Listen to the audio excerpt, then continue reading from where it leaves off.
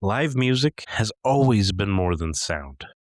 It's energy, connection, community, and the feeling of being part of something bigger than just ourselves. But the world is changing. Technology is changing. Audiences and how we consume music, it's changing. And the future of live music is shaping itself in a way that is both exciting, but then also unpredictable.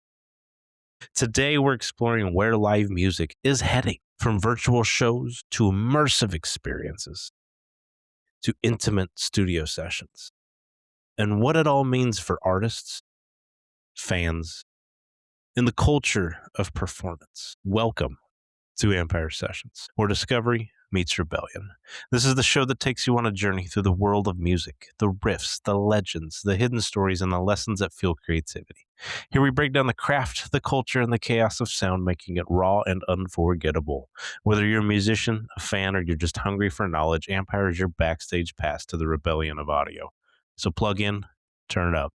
This is Ampyre Sessions. I am your host, Dustin, guys, and today I am excited to bring you this episode where we have a deep dive into the future of live music. Okay. We're not just talking about specific concerts, guys. We're not just talking about the trends. We're talking about the technology and the cultural shifts that are reshaping how we experience music in real time. If you're someone that just loves a great show, this episode is for you. Because let's be honest, not everyone absorbs music the same way. Some people really prefer to be live rather than watch a music video or stream music on Spotify or however you get your music. People soak in their information differently, which is fine. But this one's mainly for the people that love to be a part of that energy, be a part of that ritual. Now, the first thing in this episode that we're going to talk about is the essence of live music, okay? What can't we change about live music? Before we talk about the future, we need to talk about the core and the present. It's the thing that makes live music what it is. The first one, which is the biggest one, you cannot change the connection. The bond between the performer and the audience, it's a shared energy. It's an unspoken communication, and that is something that is so personal. And you form that bond between your audience as a performer. That's something you never want to change. Because if that ever does change, who knows, it could be for the worse, and you'll never get that back. The second one is presence. You're probably like, what do you mean by presence? By presence, I'm meaning for both sides. Being in the moment, feeling the sound, feeling the songs, feeling the energy, being there physically, and experiencing something unrepeatable. Because that's what live music is about. You're hoping to get that one moment where you're just like, this was cool. I didn't expect this. If you ever been to a show that just the artist gives you something that, probably the next 2 tour dates, somebody's going to be like, man, I really wish they would have done that here. But you got to experience that. That is what I mean by presence. 3 is community. Strangers becoming a collective. You don't want to lose that. Fans finding each other and artists finding their people. Because once you start getting communities together, you start bonding around certain artists, that is something that you can never take for granted. 4th is imperfection. You heard me right. That's something live music you can't change. You ever been to a live show and you're like, man, this does not sound like the same person? Because they're probably on their 30th straight tour date and you understand that their voice is probably like, man, I'm a little worn. That's something you can't change. The rawness, the humanity. You don't want to get rid of that at a live show. Because you understand we're all human. Why does this matter at the end of the day? Why can't we change certain aspects of live music? Because no matter how technology evolves, guys, these elements remain at the heart of what live music is. And that's something you don't want to lose. Going back, giving a little personal details on a few concerts that I've been to. So a while back, I went with one of my buddies to Des Moines, Iowa, and we saw the Trinity of Terror tour. I think this was the first stop, Trinity of Terror tour. It had Motionless in White. It had Ice Nine Kills, and then also Black Veil Brides. was really cool. There was a moment on stage that an artist brought up this little kid, and I did not expect this at all. This kid had a metal voice. And what I mean by that, you could feel his screams completely. From a kid, he was singing the artist's song on stage. And by golly, he did probably, I don't want to say he did a better job than Chris did, but he was really good. Really, really good. And to me, man, that's a part of one of the core tiers of the things we can't change is presence. I went to that concert and I saw something that no one else is going to see. No one else in 2 shows previous or the 2 shows future-wise. Sorry. They're not going to see that because I got to see that. That was one of the coolest things. There's anytime an artist can make a show feel way bigger than what it is, man. Those are those moments your fans walk away and they're like, man, I will never forget this ever in my life. So that's just a kind of an example of one of these pillars that we just cannot change. And I've went in depth on personal stories about community. The metal community is fantastic, all upbeat, and we're all together. Imperfection, I kind of gave you a personal example of that earlier. But yeah, those 4 tiers, guys, you can't change in live music and should never change. But let's switch to what the future could be, okay? Let's talk about the rise of virtual concerts, okay? I'll kind of give you a personal example. We all remember COVID, right? When COVID era hit and everyone was quarantined and we're all on lockdown. There was one, but it was my favorite band, Motionless in White. They were doing a concert, but it was virtual. So you had no fans around. Maybe during the live stream, you could actually chat with other fans. But during the concert, it was at Penthurst Asylum. Of course, if you don't know, the band is from Pennsylvania. But it was the coolest thing ever.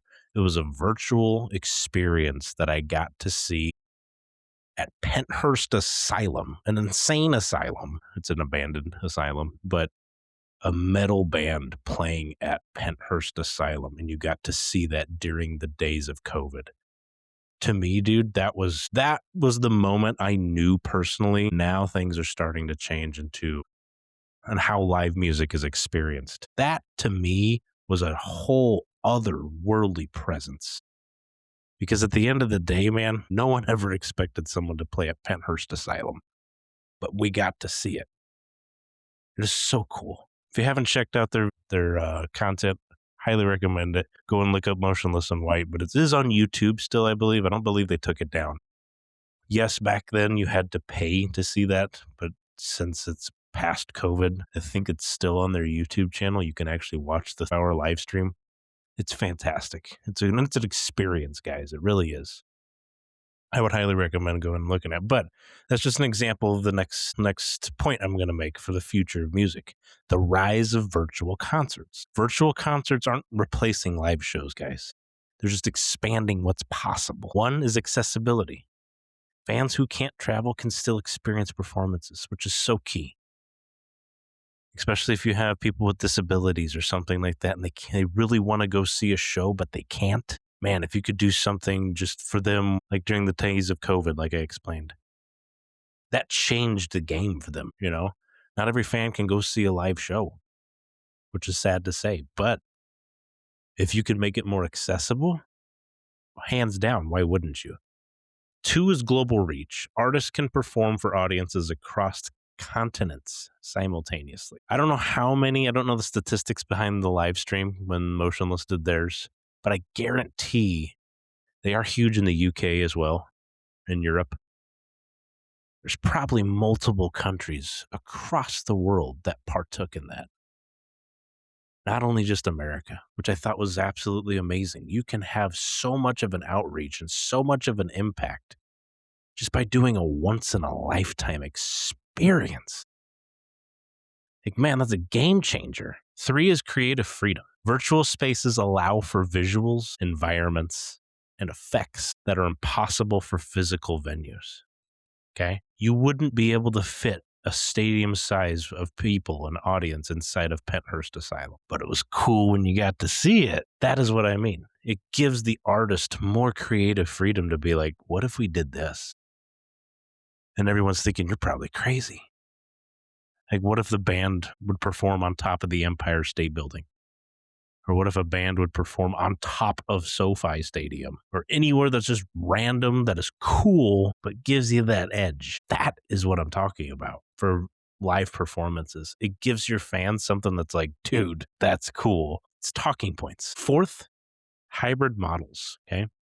Say you have a live show, but then you also incorporate a virtual stream. Now, not saying just for profit, business, economic wise, but now you have two audiences and you only have to do one performance.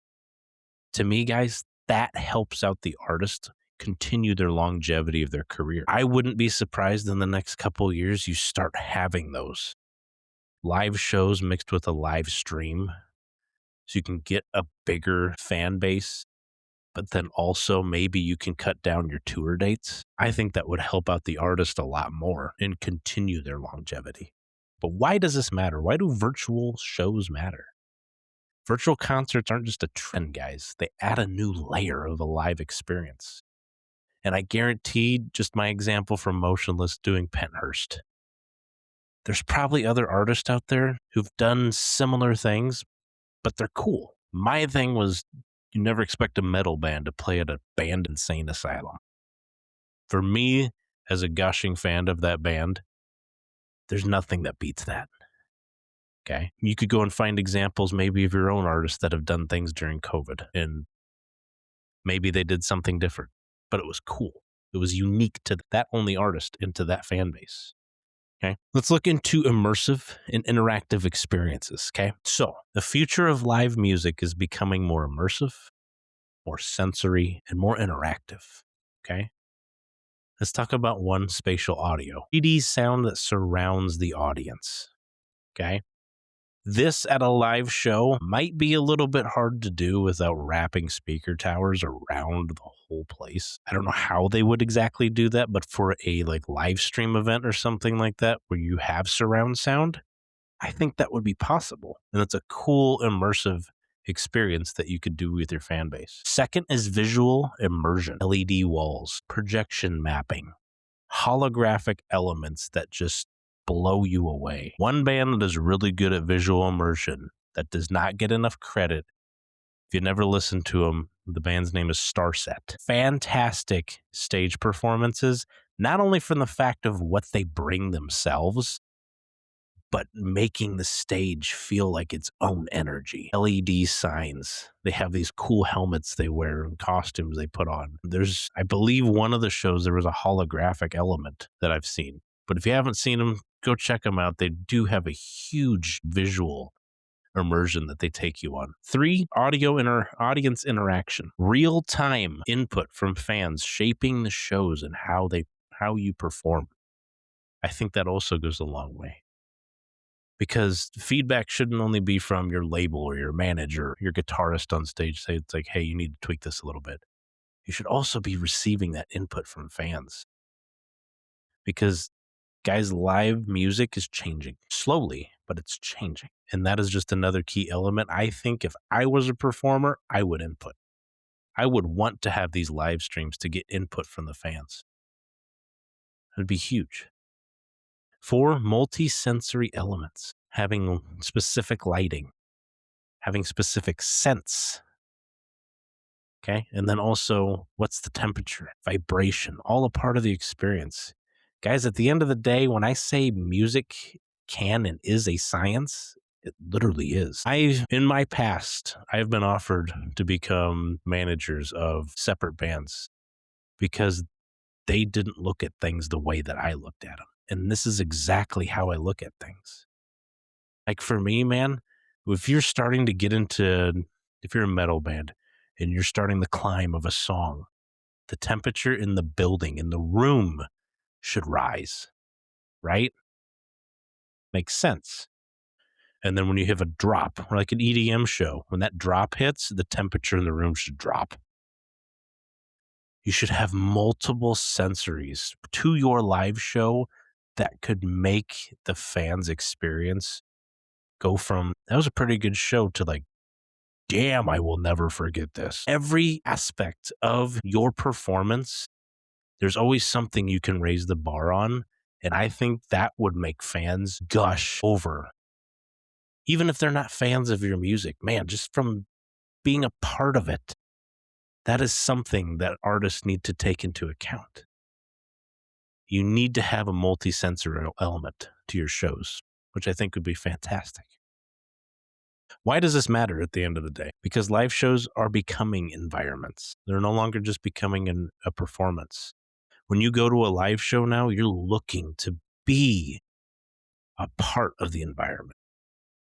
When I literally say live shows, the audience could be part of the organism, part of the ritual, this is what I mean. And I'm excited to see whoever out there takes every aspect of what I just stated and makes it into it. It would blow the world away if you ever had a show that could do that. The next one is the return of intimate performances. So now we go from more of a feel of, okay, we have a huge environment, all different aspects. Now we go to something a little bit more personal, you know? So as shows get bigger and more high tech, there's a counter movement happening as well, okay? Intimacy, okay? Not everybody likes going to a show with 40, 50, 60,000 people. Not everybody's a people person. Some people are introverts, you know? So how do you counteract that for that fan base that is like that? Intimacy. Try to find something that connects them, okay? Great way for that, obviously, you're probably thinking it with me, small venues, your small clubs, your bars, your basements, raw, close, and personal, okay? Those are huge, especially when you're thinking of people who are introverted. They don't like these big shows. They don't like a lot of people, because for me too, guys, I have a social shut off. There's a point in where my brain's just like, okay, you need to get away from people right now. Not because I'm pissed at them or not because I'm mad, but there's a point where I'm just like, okay, if I've had enough, we need to reset for a second. Those people are probably the same, and they're like, okay, well, maybe a smaller show I could do. They're probably loving the aspect of an artist who's mainstream, but could also do something on the underground aspect of it. Becoming a little bit more personal with your fan base. Realizing that not everyone is the same, which this probably isn't the fault of the band or the artist. You're trying to make a profit as well, right? Record labels trying to make money. You still need to find aspects to where you can fit in everyone. And second, studio sessions, like we're having right now. Artists performing in controlled, intimate spaces for small audiences. Plus, it does if your lighting's right, if you have the right textures and backgrounds and stuff like that. Sitting down and performing with a smaller group of audience can actually make things a lot more personal. People will remember that. 3 is acoustic and stripped down sets. What I mean by that is you really are focusing more on the emotional aspect of what you're doing rather than trying to create a spectacle or create a bombardment upon your fans. 4th, fan focus experience, fans. This is, I think bands try to hit this on the head, or majority of artists do. When they have meet and greets, they have Q&As, they have behind the scenes access. They do take you behind the curtain. There's a lot of them that are out there that do try to do that, especially with the way technology is, the rise of TikTok and Instagram and Snapchat. You're able to give the fans a little bit more than what was. Do think artists hit the nail on the head with that. But why does this matter, guys? Why do you want a smaller show more than something bigger? Because people crave the connection. Remember at the start of this, there's 4 things that we can't lose with live. What was number 1? Connection. People crave that connection, and you cannot lose that with your fan base. You can't. And guys, whether people like it or not, intimate shows, they deliver connection. You can find it and you can get it. So let's look at the technology behind the scenes that could envelop what the future of live music looks like, okay? The future of live music isn't just about what the audience sees. It's about what the artist can do behind the scenes. Okay. One, advanced monitoring, in-ear systems with personalized mixes. Two, real-time processing, live vocal tuning, guitar modeling, drum triggers. Even if it's something that you're like, it's probably not good content for our fan base, they're probably going to want to watch it. Just saying. Three, automation, lighting, effects, and cues synced to your performance. How cool would that be if, you had an LED board or you had specific lighting behind you when you're on a stage and you hit that one key right before the chorus hits and the whole mood of the stage, the energy, the vibe just switches. It gives that fans like, oh, like, man, something's happening. Like, and then you go into your chorus. That's also something psychologically because we as humans love patterns, right? That could also help with spreading the experience at your shows. And four is remote collaboration, guest performers joining virtually. I've never personally been to one, but I don't know if you guys have ever been to a concert. And I know Ed Sheeran's pretty good at this. I don't know if you've ever been to a concert and you're here to see this one person. Sure, you have, your people that open the show, your opener, your midliner, and then your headliner, right? Have you ever been to a show and you hit the headliner? They start on their set, they do their thing, and then all of a sudden, bam, they randomly out of nowhere bring out this artist that is just blew you away. Like Ed Sheeran at multiple of his shows. He'll cover one of Eminem's songs, but then a couple shows he's actually brought out Eminem.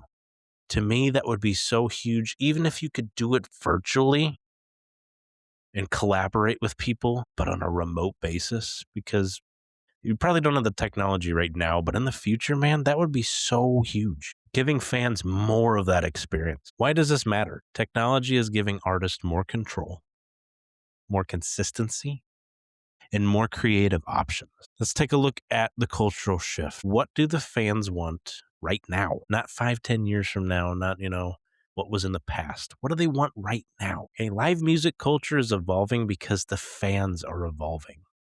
I recently had someone comment on one of my YouTube videos, and he stated that artists are different than performers. And I had to disagree with him because performers now, or what he likes to call performers, are just an evolution of what artists are to me. Because at the end of the day, the fans' expectations of what an artist should bring to the table changed somewhere along the way, right?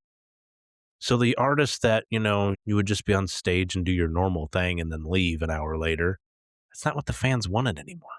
You had to envelop, you had to bring something else with the technology to your fan base. And this is exactly what I mean, because as we go along in the future, fans' expectations are only just going to evolve with it, and they're going to want more. So you're going to evolve from performers to something else. I don't know the technical name for it, but they will. What do fans want right now? One, they want authenticity over perfection. Okay. Fans want real moments, not flawless ones. Okay. And I prefer that too. I would rather have a human in front of me trying to do their best, even though they're probably on their 30th show straight. And you're like, man, they got to be worn. But at that moment, you're like, okay, I get it. I understand, Not everyone's going to sound like their, you know, Spotify track or wherever you've listened to your music. You're not always going to sound like that. And we need to understand that. And I think majority of fans do. Second is connection over spectacle. They want to feel something. Us as fans, we want to feel something. We don't just want to see something or watch something. We want an experience in our own right. Okay. Three is community over individuality. Shows are becoming a shared experience, not isolated ones, guys. That's why I say the metal community, in my opinion, does this so much better than any other genre. We've built entire communities around each other, and we share our experiences, not isolate people. Fourth, hybrid engagement. Fans want both physical and digital access. You want to go and see your favorite artist, but you also want to be like, what's behind the scenes?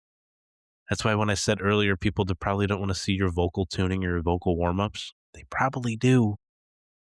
You're just not realizing it. You're probably like, this would be stupid content. No, it wouldn't be. because the people that are committed to you and want to see you, they want to see you. But why does this matter? Okay, why? The future of live music is shaped by the emotional needs of the audience. And at the end of the day, guys, that's what matters. Music is emotion, and that's how it should be treated in every single aspect that you bring. The future of live music, it is a blend of tradition and innovation.